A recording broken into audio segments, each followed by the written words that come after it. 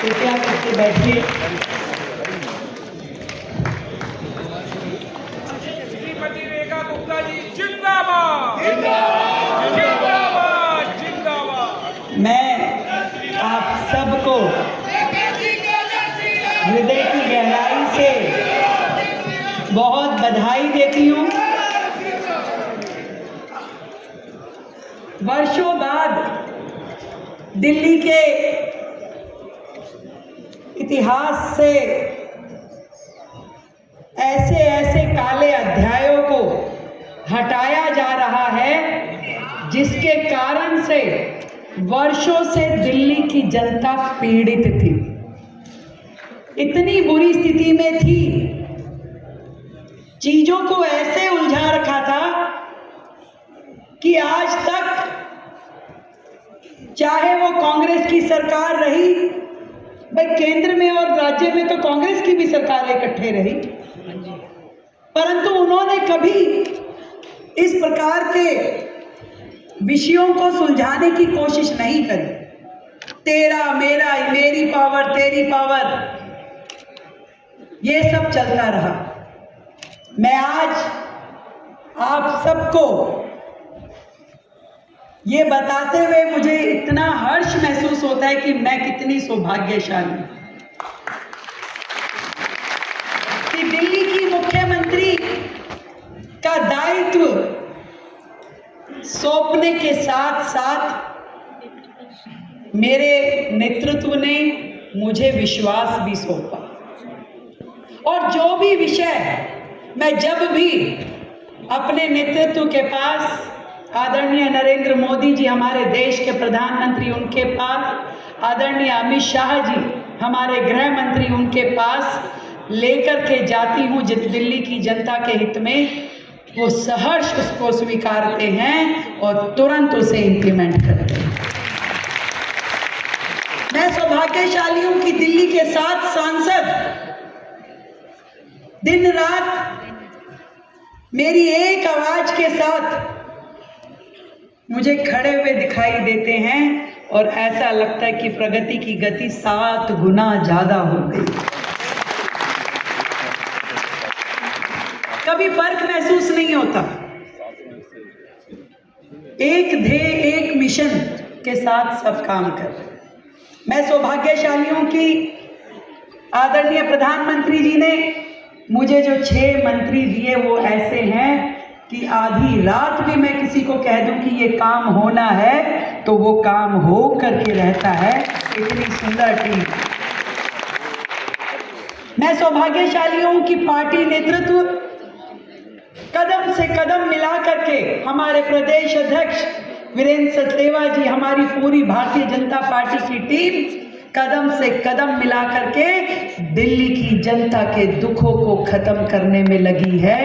एक एक काम को, दिल्ली सरकार की एक एक योजना को जन जन तक पहुंचा करके एक बड़ा सुकून दिल्ली वालों को देने में लगी है।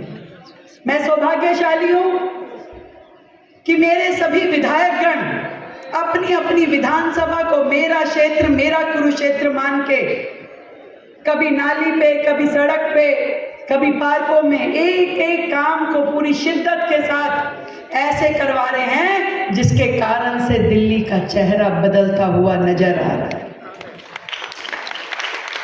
और इसलिए भी मैं सौभाग्यशाली हूं कि इतिहास में ट्रिपल इंजन की सरकार, उसमें काम करने का मौका मुझे मिला।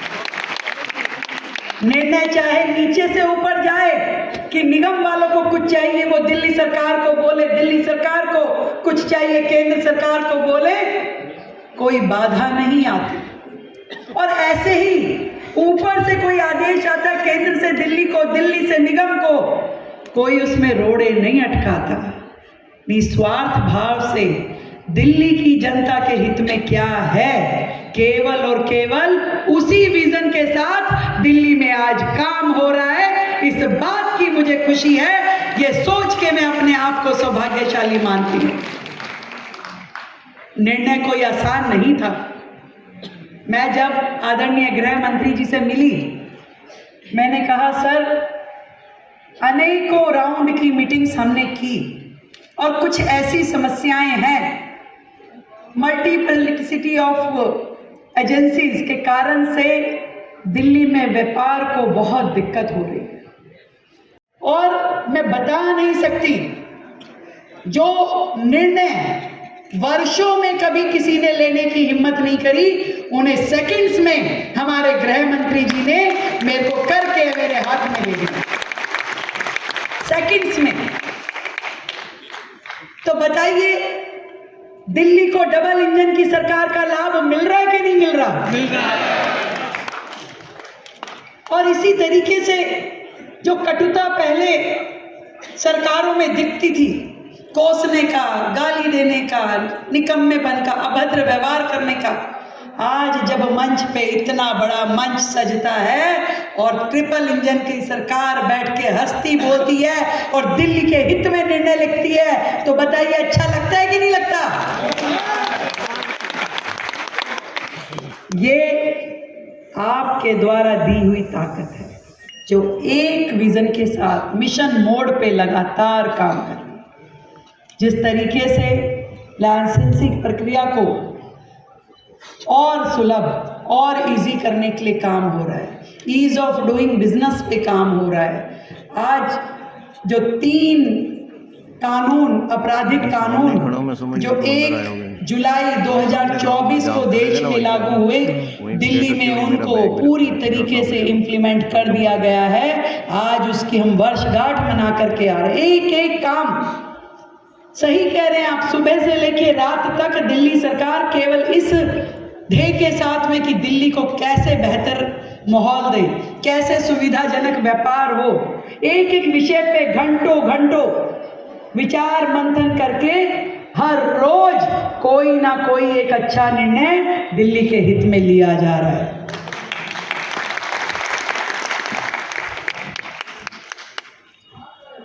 केवल रोजाना का अखबार पढ़ लिया करो, रोज एक नई पॉलिसी फॉर्मेशन, रोज एक रिफॉर्म, रोज एक नई सुविधा दिल्ली के लोगों को दी जा रही है, और वो भी पूरी तरीके से पारदर्शी, भ्रष्टाचार मुक्त, कहीं से कहीं तक लीकेजिस का इतना सा भी कोना आपको कहीं दिखाई नहीं देगा।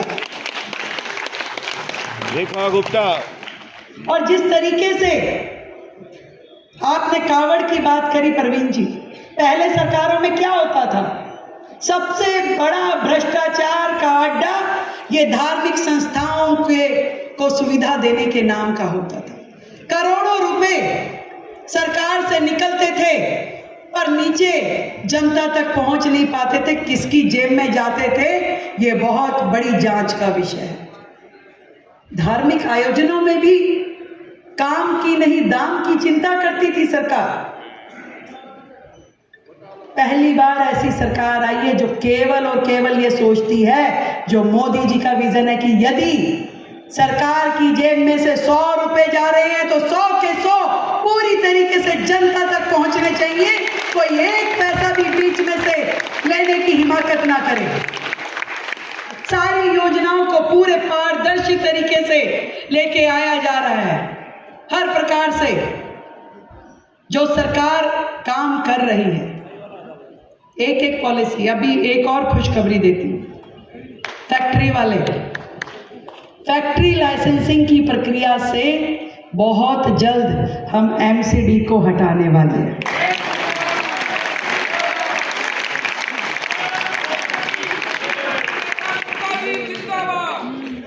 भाई अगर वो डीएसआई डीसी का काम है तो वही करे, जो काम नगर निगम का है वही करे, जो दिल्ली सरकार का है वही करे, जो केंद्र सरकार का है वो करे, और काम सारे वो हो जो दिल्ली की जनता के हित में हो। इसलिए वो सारे काम हो।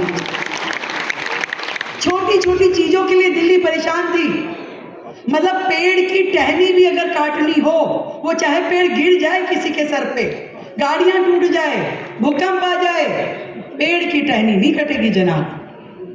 इतनी बुरी हालत में आज सरकारें सोचने की स्थिति में तो है, घंटों बैठ के पूरी एसओपी तैयार हुई कि दिल्ली की सड़कों पे बेतरतीब पेड़ जो झुके हुए हैं उनको काटने के लिए, उनको हटाने के लिए आसान प्रक्रिया हो। ऐसे डेंजरस पेड़ जो किसी की जान मान की हानि कर सकते हैं, उसको हटाने के लिए सुलभ प्रक्रिया बनाई गई। ऐसी सरकार आपने चुनी। पॉल्यूशन कम कैसे होगा, उस पे दिन रात काम करके एक एक चीज करने की प्रक्रिया। पहले की सरकारें पॉल्यूशन कम करो, सर्दी में उनका विषय सर्दी का। पहली बार सरकार ने 12 महीने पॉल्यूशन कम रहे उसके लिए काम किया है। और बड़ी खुशी की बात है कि हमारे पर्यावरण मंत्री सिरसा जी ने पहली बार दिल्ली में जो कोई नहीं कर पाया, क्लाउड सीडिंग, इस बार सर्दियों में दिल्ली में क्लाउड सीडिंग की जाएगी और पॉल्यूशन को कम किया जाएगा। टेक्नोलॉजी का पूरा भरपूर उपयोग दिल्ली में अब होता है। हर चीज, चाहे वो ग्रीवियंस हो, लोगों की समस्याएं सरकार सुने, उसको पूरी तरीके से अपडेटेड टेक्नोलॉजी के साथ में जोड़ा जा रहा है। इसी तरीके से एक एक चीज ऑनलाइन, फेसलेस, जिसके लिए कहीं पे किसी को जाने की जरूरत ना हो। और आपने जो मुझे मनोहार दी है ना सांसद जी,